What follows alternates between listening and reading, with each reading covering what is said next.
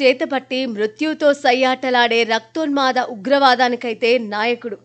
అక్కడి ఉగ్రవాదపు కనురెప్పల చప్పుడులో భయం 1000 గొంతుకలతో వెర్రెత్తిపోయిన సందర్భాలు ఎన్నెన్నో. జాతీయ పతాకాల సాక్షిగా అదో ఉగ్రమంటల దారుణం, ఉన్మాదం పడగవిప్పిన దారుణ సందర్భం. వాటన్నింటికీ ఇతడే కారకుడు. ఒక్కసారిగా ఇతగాడి గతం తవ్వితే పాక్ రక్తదాహం బయటపడుతుంది. బాంబుల మధ్య పుట్టాడు, బాంబులతో పోయాడు. ఈ మాట సరిగ్గా సెట్ అవుతుంది. చిన్నతనం నుంచే ఉగ్రవాద శిబిరాలలో అడుగుపెట్టిన మహ్మద్ హసన్ ఖాన్ పాకిస్తాన్కు చెందిన ఉగ్రవాద సంస్థ జైషే మహ్మద్లో కీలక నాయకుడిగా ఉన్నారు. జైషే మహ్మద్ పాక్ ఆక్రమిత కశ్మీర్ ఆపరేషనల్ కమాండర్ ముఫ్తీ అస్గర్ ఖాన్ కశ్మీరీ కుమారుడే హసన్ ఖాన్.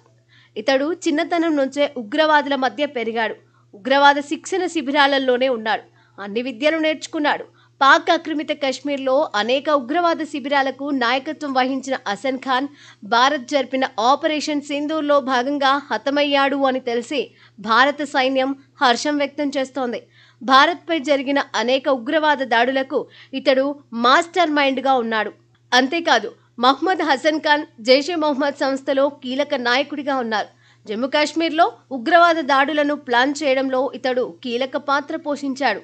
ఉగ్రవాద శిబిరాల నిర్వహణ, శిక్షణ కార్యక్రమాలు, ఉగ్రదాడుల ప్రణాళికలో అతను ప్రముఖ పాత్రధారిగా ఉన్నాడు.